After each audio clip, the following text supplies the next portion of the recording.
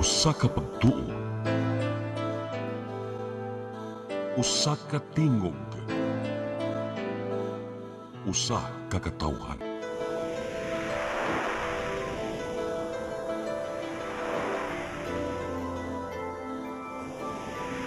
Cebu Catholic Television Network.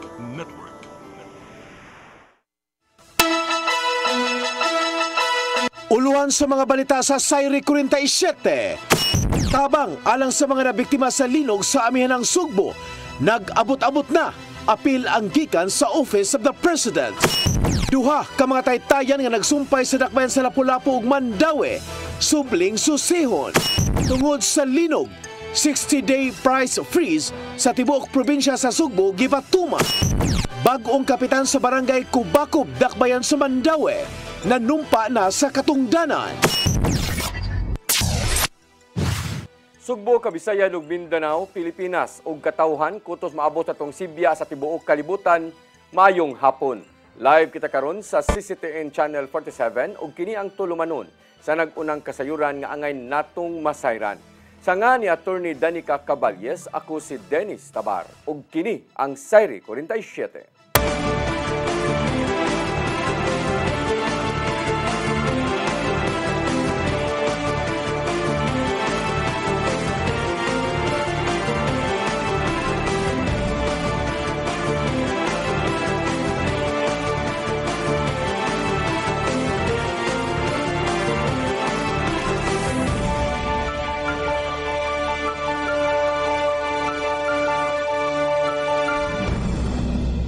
Og karon sa kompletong detalye sa atong mga balita, Office of the President muhatag og dulan 200 milyones ka pesos nga tabang sa probinsya sa Sugbo nga labing apektado sa magnitude 6.9 nga linog.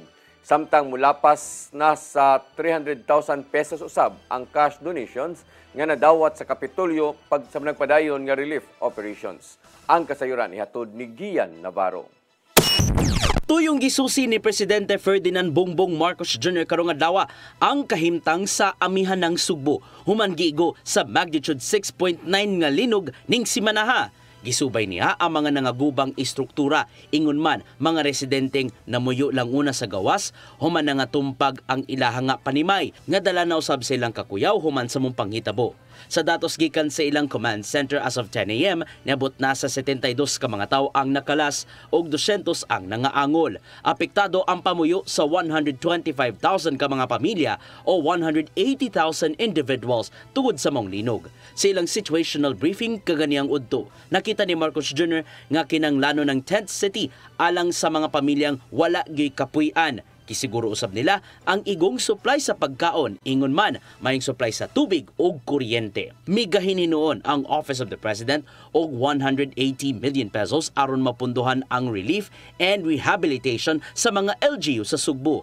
Gawas ganaay 50 million pesos ginabang alang sa Cebu Provincial Government. Adunay tag 20 milyones pesos ang Bogo City, San Remigio ug Sogod. Tag 10 million pesos usab ang madawat sa Bantayan, Daan Bantayan, Madridejos, Medellin, Santa Fe, Tabugon ug Tabuelan. All of our local executives that this is not, hindi ito minsanan lang. Pag-alis, baka naman isipin nila na pag-alis namin dito tapos na lahat. Hindi.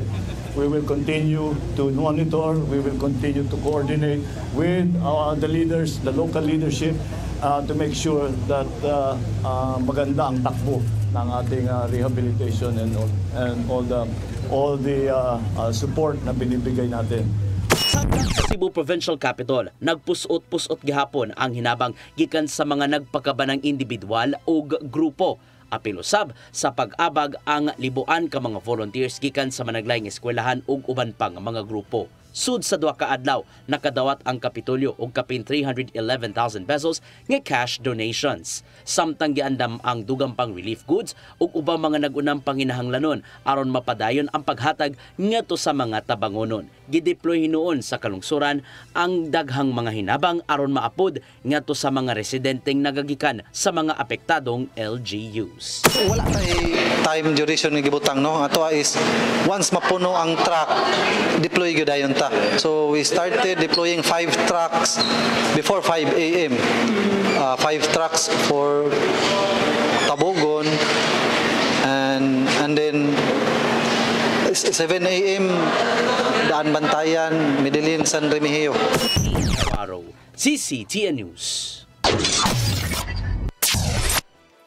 Mga biyahe sa Cebu North Bus Terminal apektado tungod sa kalimitado sa mga bus nga nilarga human sa kusog nga linog. Samtang normal ra ang operasyon sa South Bus Terminal bisan pa man sa gamay ra nga pagaguba. Ang kasayuran ihatod pagbalik ni Gian Navarro. Gitaho sa nagdumala sa mga terminal sa Kapitolyo nga si Ahmed Quizon nga limitado ang ihap sa mga bus nga nang larga gikan sa North Bus Terminal. Sumapa niya nga halos katunga na sa mga bus gikan sa Northern Cebu ang wala nakalarga. Tuod kini sa mga natalang pagpangliki sa mga dagkong dalan o gubang infrastruktura dito sa pipila ka mga lungsod. Samtang natanggong pa sa ilang mga garahe ang ubang bus units, human natagamtaman ang epekto sa kusog nga linog.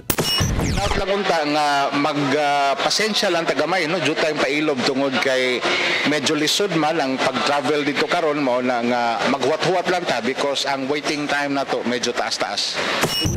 Gihangyo ni Quizon ang mga boat manguli sa norte nga magbaton lang una og gamayng pasensya aron makasakay. Dugan sa paghatag og lugway sa mga kadalanan ngadto sa mga service vehicles nga nagkarga og mga hinabang paingon sa mga dapit nga giigo sa linog.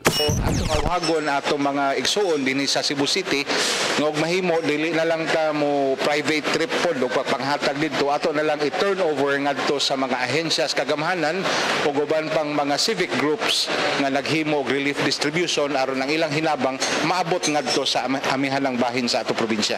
Sa lain nagpabiling normal ang kahimtang sa Cebu South Bus Terminal bisan og wa nakalingkawas sa epekto sa kusog galinog niadtong Martes sa gabi. Gikuralan lang una og yellow line ang ibabaw nga bahin sa terminal. Human nga nangatagak ang bahin sa kisame aron malayo sa disgrasya ang mga manakayay. Sa nimong assessment gikan sa Provincial Engineering Office, gamay raynon ang natalang pagpangliki gumikan sa lig-on niyang pundasyon.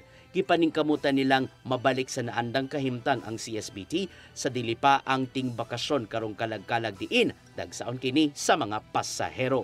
Atong kabugnawon sa aircon suyupon man kisame mo nang giuna na tog ayo aron sa ingon nga ma-restore pod nato ang pag-operate sa atong air condition alang pod sa kasayon o kakomportable sa atong mga pasahero. Araw, CCTN News. Lapu-Lapu City Government mohatag og 2.3 milyones ka pesos sa 5 ka mga lugar sa Northern Cebu nga naapektuhan sa 6.9 magnitude nga linog.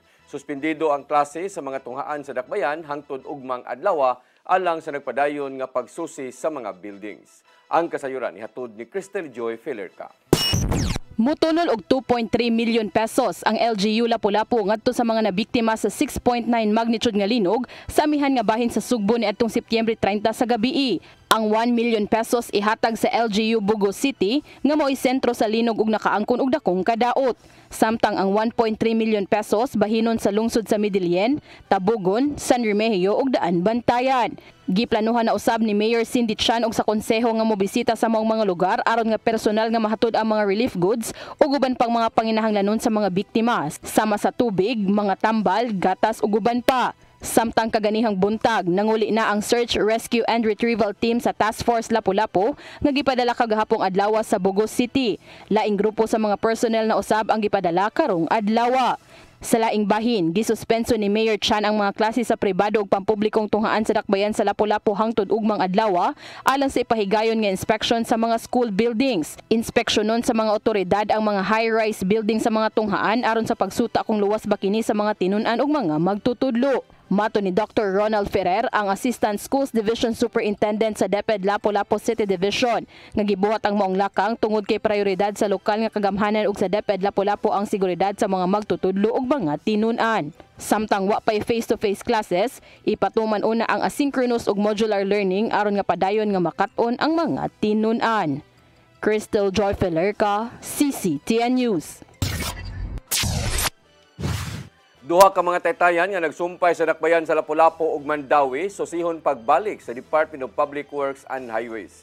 Matod sa DPWH Secretary, lakip sa susihon ang ilawom nga bahin sa Taytayan. Ang kasayuran ihatod ni Crystal Joy Filerca. Kini ang sitwasyon sa First Mactan-Mandawi Bridge sa dihang naigo ang sugbo og 6.9 magnitude nga linog niadtong Setyembre 30 sa alas 9:59 sa gabi. Kung diin makita ang pag-uyog niini, lakip na ang mga sakyanan nga naabtan sa linog tunga-tunga sa maong Taytayan. Human sa linog, gisirad-an ang First Mactan-Mandawi Bridge aron nga ma-inspeksyon kini sa Department of Public Works and Highway 7. Pila ka oras ang nilabay, giablihan na kini pagbalik tungod kay base sa ilang assessment, luwas ra kini nga agian apan para pa lang sa mga light vehicles. Apan nibutyag si DPWH Secretary Vince Dizon nga aduna sila ipahigayon nga assessment sa tanan mga taytayan sa probinsya sa Sugbo, lakip na ang duha ka mga taytayan nga nagsumpay sa dakbayan sa Lapu-Lapu ug dakbayan sa Mandawi. Ilabi na gyud ang first bridge aron masiguro nga luwas gyud kini nga agian. Gani nagkasinabot na sila ni Lapu-Lapu City Lone District Representative Congressman Junior Dahongchan nga pasaman og divers ang ilawom sa mga taytayan aron nga masuta ang sitwasyon niini sa ilawom.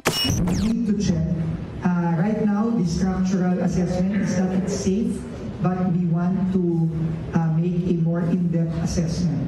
Right now, it looks okay, but we want to be sure. Kagahapong adlaw, gisusi ni Secretary Dizon ang Bogo City kauban si Department of Tourism Secretary Cristina Fresco, Department of Social Welfare and Development Secretary Rex Gatchalian, ug ilang nakita ang grabing kadaot sa maong syudad. Kundi lakip nga naapektuhan ang tambalanan sa maong lugar. There is also severe damage to the operating room, the ER, and the delivery room. So we have instructed all the resources of DPWH Cebu to start fixing the hospital already.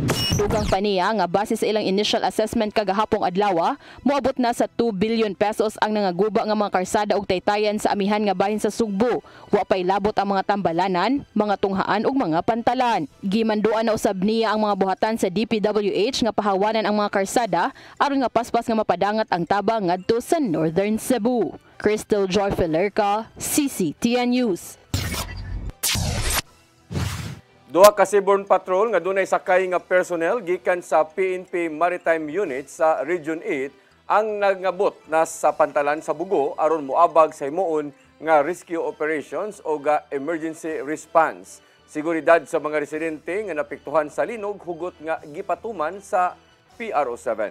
Ang kasayuran ihatod ni Arnold Bustamante. Gawa sa 500 ka mga pulis personel nga gipakatap sa 4th District sa Dalvega sa Sugbo nga nabing napektuhan sa 6.9 magnitude nga linog niadto nga Martes gabi nga nakahatag og dakong danyos ug mikalas na og kapin sa 70 ka mga kinabuhi nga posibleng mosaka pa. Mipadala usab ang Police Regional Office 7 ng Seaborne Patrol aron pagpalambo pa sa Lagar Relief Operations. Alas 2:15 ganinang kadlawon ang Seaborne Patrol Unit nga dunay 17 ka mga personel gikan sa Regional Maritime Unit 8 ug usa ka personel gikan sa PNP Explosive Ordnance Disposal kun EOD ang hingpit nga naabot sa Pulambato Port sa dakbayan sa Bugo sakay sa high-speed nga watercraft. Ang ilang misyon mao ang seguridad sa coastal entry point, pagtabang sa response operations ug suporta sa apektado nga mga komunidad. Nangabot usab sa Bugo ang mobile patrol teams gikan sa kapulisan sa dakbayan sa Sugbo ug ang personel gikan sa Bohol Maritime Police Station gamit ang ilang mga sakyanan. Sila ang gitahasan nga mohatag sa seguridad sa mga responder, mga biktima sa kalamidad ug sa tanang nga mulupyo sa dapit nga naapektuhan sa linog. Gitahasan usab sila nga mohatag og medical assistance ug mohimo sa pagtransport sa mga pasyente sa mga health facilities ug pagpaligod sa overall security sa tibok lugar nga apektado sa linog. Alas 9 ganang buntag, ang PRO7 nakapalihok na og 2,250 ka mga personel. Lakip na niini kadtong gikan sa National Support Unit aron ipaabot ang ilang suporta. Na-deploy na usab nila ang ilang mobile assets sama sa patrol cars, trucks, ambulansya, bases ug motorsiklo ngadto sa mga tambalanan, evacuation sites ug apektado nga komunidad aron pagsiguro nga dili malangay ang response operations. Ang kapulisan sa Central Visayas matud ni Police Brigadier General Rodrigo Maranan nga nagpabilin nga naka full alert status ug anda mo trabaho 24 oras ug mohatag sa dinilian nga emergency response alang sa kaluwasan sa publiko. Ang PRO7 hugot ang pakigalayon sa PBOX, MDRRMCs ug sa local government units aron mapaabot sa publiko ang mahinungdanon nga impormasyon. Mipasalig si Maranan ngadto sa publiko nga ang kapulisan dili modugag sa pagtabang sa katawhan nga naghinahanglan silang presensya ning panahon sa kalisdanan.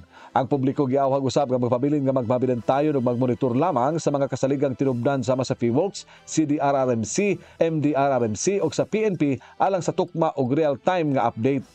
Arnold Bustamante, CCT News.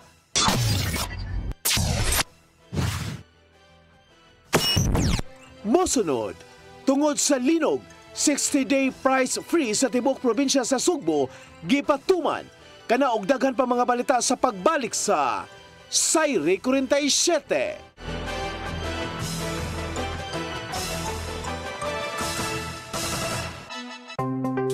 Discover the beauty of the Philippines.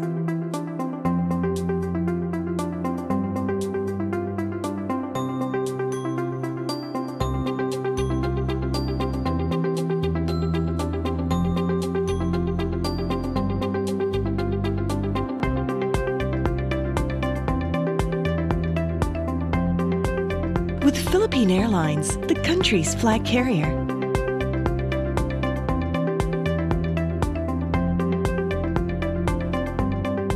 The airline that lets you feel the warmth of the nation.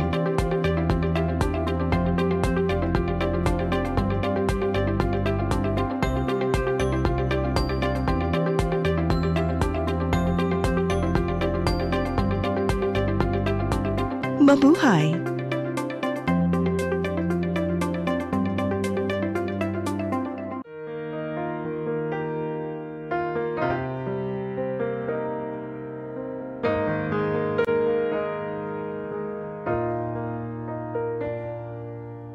Heal me, O Lord, and I will be healed. Save me, and I will be saved. Heal me, O Lord, and I will be healed. For you are the one I praise. You are the one I praise. Sing it with me. Heal me, O Lord, and I will be healed. Save me, and I will be saved. Looking for the best internet deals in Negros Oriental? Field Products Negros is here to bring you fast, reliable, and affordable internet with plans made just for you. For as low as 899 pesos per month, enjoy speeds of 50 Mbps, perfect for streaming, working, or studying from home. Need more speed? No problem. Get 100 Mbps for just 1,199 pesos. 150 Mbps for only 1,499 pesos, or our fastest plan, 400 Mbps for just 2,399 pesos per month. Plus, you can add over 100 cable TV channels to your internet plan for just an additional 100 pesos per month. That's entertainment and lightning fast internet all in one. Enjoy no installation fees and start today with a 1,000 peso customer deposit. Call us now or visit our website to sign up with the Field Products Negros. You get internet that's affordable, reliable, and local. Field Products Negros, bringing you closer, faster. Call us at 0917-631-5240 or visit our website www.fieldproductsnegros.net or our Facebook page, Field Products Dumaguete. Subscribe now. Press Briefing, midweek reset, real talk, from headlines to hot takes. This is Press Briefing, the show that has it all. Midweek, we cut through the noise and bring you the stories that actually matter. News, views, insider scoops, straight from the source, right from the horse's mouth. Politics, public issues, community concerns, and controversy. We break it down. No filter, no filler. Press Briefing. Sharp, fearless, always relevant. Brought to you by the Cebu Press Club. Beyond the headlines, we are Cebu's voice. We are the voice of truth and reason in every town, in every season, with pens of light. We draw the line for justice, peace, and story spine. Cebu Press Club, our banner flies beyond the noise, beneath the skies. Integrity, our step for people.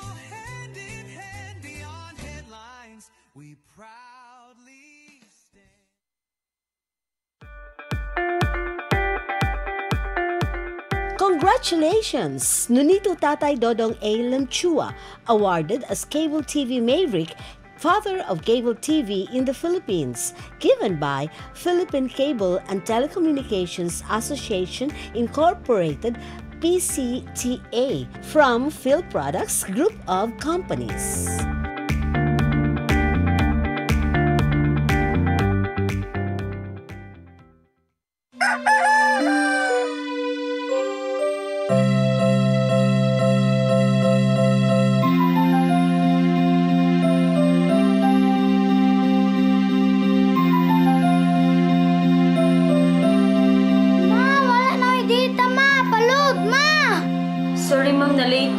Nangita pa mong gugo para internet sa kong anak, ma'am.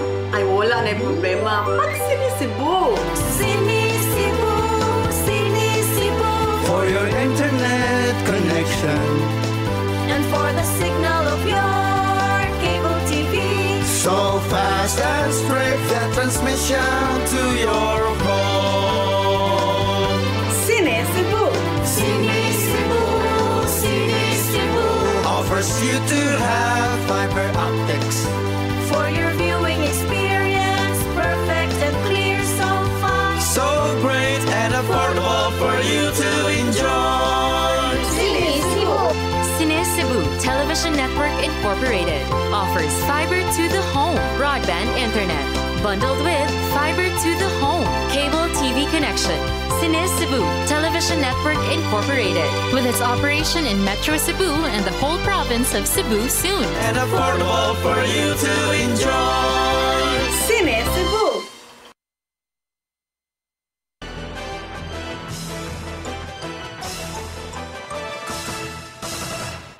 Balik sa atong mga balita, gipatuman sa Department of Trade and Industry ang 60-day price freeze sa tibok probinsya sa Sugbo nunod sa epekto sa magnitude 6.9 nga linog. Sukad ni atong Oktubre 1 hangtod Nobyembre 30, kinahanglan dili matandog ang presyo sa mga nag-unang panginahanglanon karong gipaubos naman sa state of calamity ang probinsya. Pinasubay kini sa nahimong bando ni Presidente Bongbong Marcos Jr. nga lihukon sa mga ahensya sa gobyerno ang pag-abag ngadto sa mga hilabihang apektado sa kusog nga linog. Gideploy usab sa DTI ang ilang monitoring teams aron masigurong nituman ang mga tindahan sa price freeze hangtod nga libkason na kini. Department of Education sa siyudad sa Mandaue mopatuman og blended learning. Kinisubay na sa epekto sa pagtayog sa 6.9 magnitude nga linog sa Sugbo. Ang kasayuran hatod ni Mary Rose Sagarino. Usa ang Cesar Cabahog Elementary School sa Barangay Luok ang posibleng mopatuman og blended learning. Kini human nasuta sa mga opisyal nga adunay duha ka building nga mitakilid subay na sa pagtayog sa 6.9 magnitude nga linog nga miigo sa Sugbo ni atong Martes sa gabii. Mato ni Dr. Edgar Espina, ang admin officer sa DepEd Mandaue, nga sa inisyal nga inspeksyon sa City Engineering Office ug Office of the Building Official, nasuta nga sagad sa mga tunghaan minus lang ang kadaot apan adunay pipila nga dako ug danyos. Tungod niini, matud ni Espina nga nagplano karon ang DepEd Mandaue nga mopatuman og blended learning alang sa mga naapektarang tunghaan. So katong wala lay mga eskwelahan nga ingon ta mga buildings nga ingon ta damage kaayo nga di magamit ngadto. So I opted for alternative delivery mode, blended learnings, modular whatsoever nga mo fit sa ilang gitawag nga curriculum sa school. Pipila pa ka mga tunghaan nga gi-report nga adunay dakong kadaot mao ang Kubakob National High School sa Barangay Kubakob ug Don Gerardo National High School sa Barangay Upaw nga nahugno ang ilang mga kisame. With regards to the question kisay mo pa-repair, of course we will request that to our central office ug ay makatabang po ng LGU nato ug ang uban pa mga gitawag nga government agencies nga makatabang, so we will accept all this. Alang sa mga wala na apektaran nga mga eskwelahan o gamay lang ang danyos, mato ni Espina nga mobalik ra sa normal nga face-to-face classes. Nagpaabot pa sa abiso ang DepEd gikan sa City Engineering Office ug OBO kung balik na ba ang klase o kung unsa nga mga tunghaan ang delikado o makabalik na sa normal nga operasyon. Sa kasamtangan, gipahimangnuan na ang mga principal sa apektadong mga tunghaan nga mohimo og plano sa alternative learning. Mary Rose Sagarino, CCTN News. Mayor sa Dakbayan sa Danau misusi sa kahimtang sa mga nagpuyo sa bukirang bahin human na stranded tungod sa landslide. Samtang wala paagia sa mga motorista ang bahin sa Barangay Manipis, syudad sa Talisay, human ni dahili usab ang yuta. Ang kasayuran hatod ni Gian Navarro. Gisusi ni Danau City Mayor Nito Durano ang mga residente sa Barangay Kambubho human sa nitabong pagdahili sa yuta ato sa pagtayog sa kusog nga linog ning Simanaha. Nasuta nga adunay 15 ka mga tao ang kasamtangang gihiklin sa evacuation center sa Kambubho Integrated School. Samtang dunay 35 ka mga pamilya sa dayong Kamunggay ang nagpabilin lang silang panimay tod kay dili man sila makaagi human midahili ang yuta og dakum bato nga mibabag sa dalan. Personal nga gidala sa mga opisyal ang mga relief goods alang sa mga namakwit o sa mga pamilya nga nalang silang kabalayan uban sa abag sa barangay healthcare workers. May butyag si Mayor Durano nga ang City Disaster Risk Reduction and Management Office padayon nga magmonitor kanila og tinguha nga madugangan og evacuation center sa landslide area. Gimanduan usab niya ang CDRRMO nga makigalayon sa kagamhanan sa lungsod sa Asturias human naapektuhan ang ilang mga access road. Sa laing bahin, wala una paagia sa mga motorista ang bahin sa Sitio Telepono sa Barangay Manipis, Dakbayan sa Talisay, tungod usab sa laing pagdahili sa yuta. Matod sa City of Talisay Traffic Operations and Development Authority kon City Tuda, nga natala ang mong landslide kaganiyang kadlawon. Gibanabana nilang mulapas sa napo ka mga dump truck ang gidaghanon sa yuta nga midahili nga ng panahon na. Nagtinabangay na ang mga otoridad aron mahawan ang maong dalan og makaagira kadugayan ang ubang mga sakyanan. Gian Navarro, CCTN News. Moabot na sa 2,461 ang natalang aftershocks sa Kabisayan human sa kusog nga magnitude 6.9 nga linog sa Sugbo. Matod sa PHIVOLCS nga gikan sa gikusgon nga magnitude 1.0 hangtod 5.0 ana alang sa 13 ka mga aftershocks ang nabatian sa publiko. Mipaymagno si PHIVOLCS Director Dr. Teresito Bacolcol nga posible pakining mulanat og pipila ka adlaw hangtod sa mga semana. Apan kadugayan muhinay ra hangtod dili na matagamtaman sa mga tao ang kusog nga mga aftershocks. Natala ni atong Miyerkules sa alas 10:46 sa gabi ang labing kusog nga aftershock sa Bugos City sa gikusgon nga magnitude 5.0.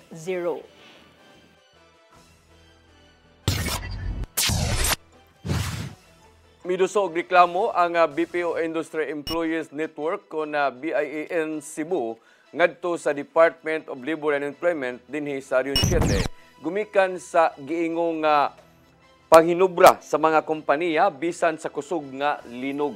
Giawhag nila ang Duli 7 nga pangsusihon ang posibleng occupation and safety violations ubos sa Labor Code. Nakadawat ang BIEN Cebu og mga reklamo gikan sa BPO workers diin wa nagpakabana matud pa ang mga kompanya sa kaluwasan sa tanan nga mga trabahante. Matod sa ilang tipamaba nga si Kyle Enero nga padayon lang sa pagtrabaho ang mga BPO workers bisan sa kakuyaw diin sukwahi kini sa mga lagda sa mamumuo.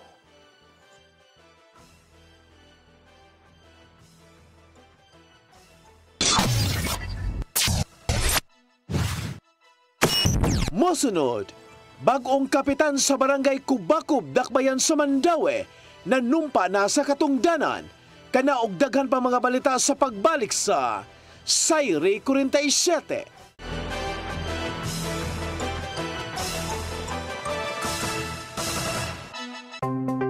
Discover the beauty of the Philippines.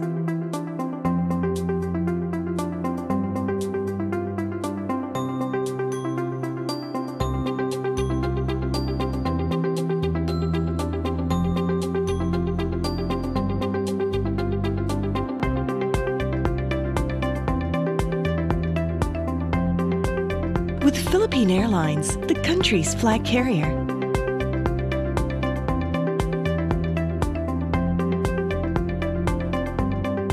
The airline that lets you feel the warmth of the nation.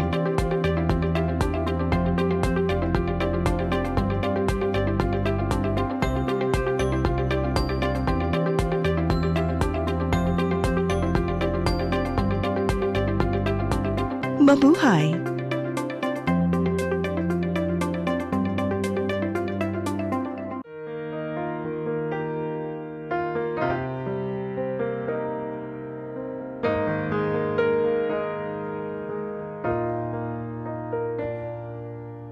Heal me, O Lord, and I will be healed.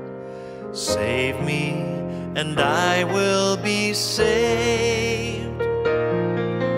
Heal me, O Lord, and I will be healed. For you are the one I praise. You are the one I praise. Sing it with me.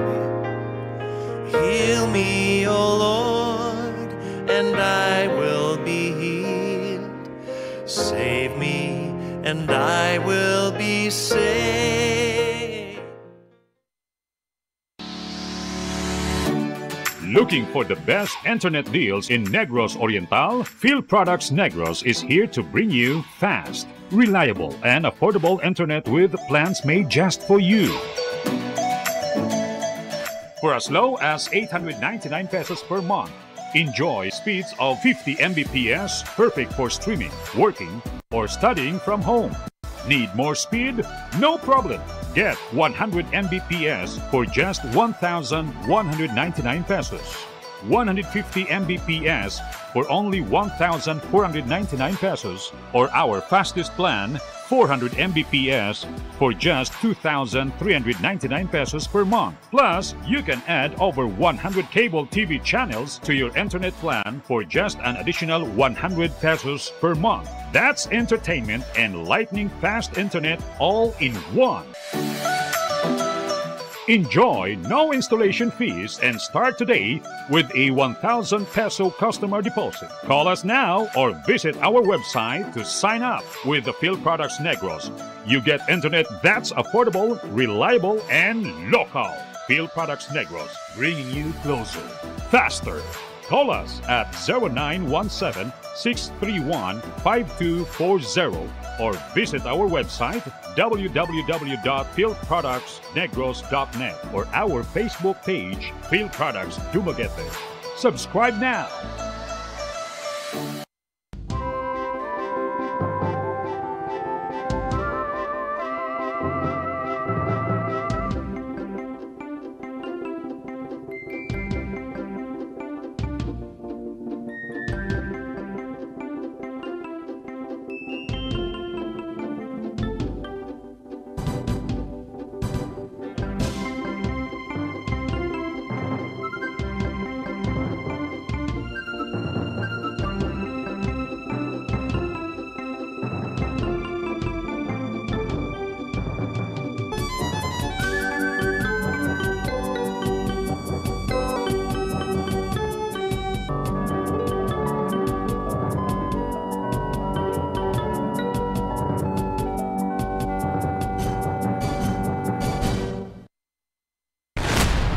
Your song. Your music. Your listening pleasure. Sing it, Cebu! And if I don't need you, This, my darling, I've been told. Jody was the girl who lived next door. I've known her, I guess, 10 years or more. saving all my kisses just for you. You got me jumping like a crazy clown, and I don't think you're like to put it down. Since I kiss you, love and lips so wide, the things that bothers me is living like a fine. Hey, hey, set me free. Stupid Cupid, stop picking on me.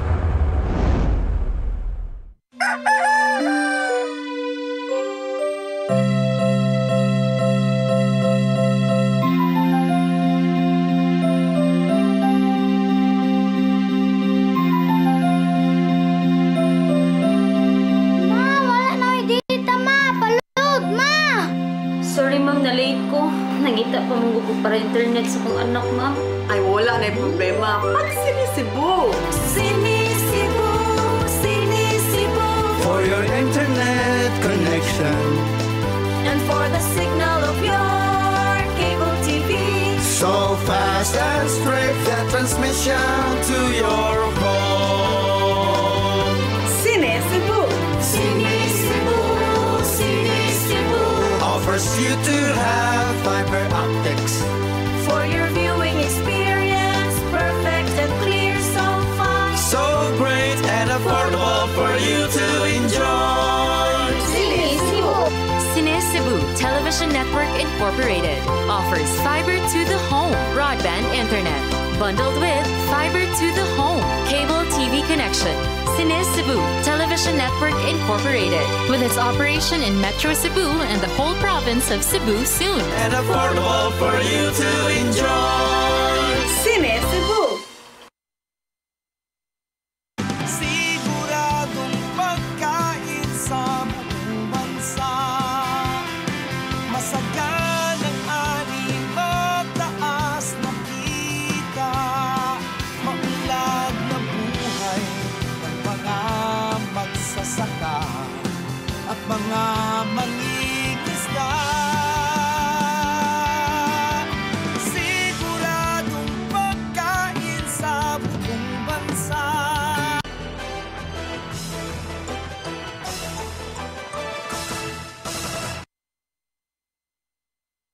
Balik sa atong mga balita, bag-ong kapitan sa Barangay Kubacob, Dakbayan sa Mandawi, nanumpa na sa katungdanan. Ang kanhi kapitan may resign human gitudlo nga pangulo sa disaster sa lungsod sa Minganilla. Ang kasayuran ihatod ni Mary Rose Sagarino.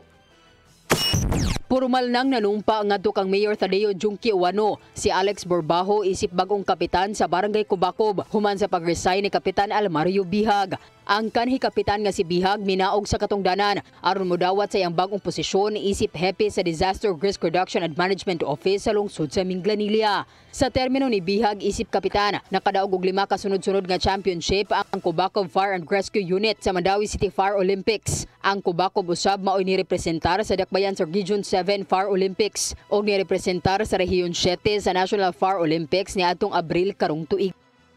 Saad sa bagong kapitan nga si Borbajo nga padayunon niya kung unsa man ang mga nasugdan nga programa, ilabi na ang mga kalambuan sa disaster preparedness. Nya malagan di matakaingon nga makatupong o makalabaw ta niya basin makatupong ra ka sa iyang kasinatian sa disaster.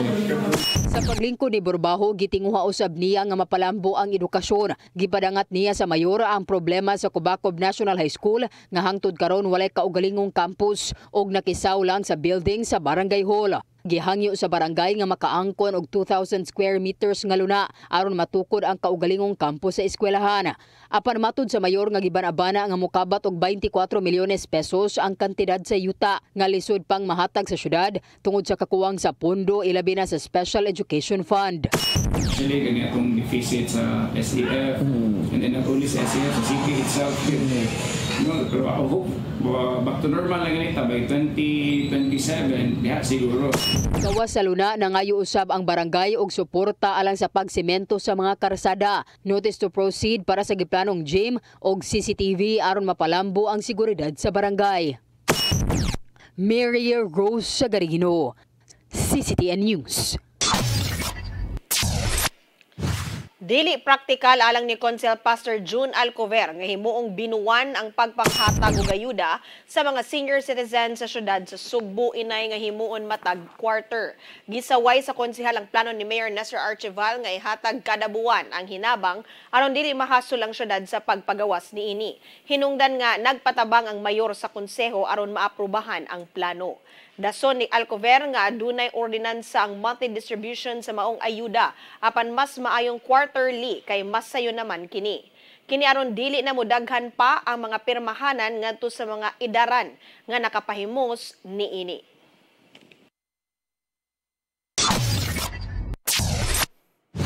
Mao kadtong naglangkob sa atong mga balita sa Sayri 47, ako si Dennis Tabar. Ako si Danica Caballes, hangtod ugma sa inyong paboritong tulumanon. Sayri 47.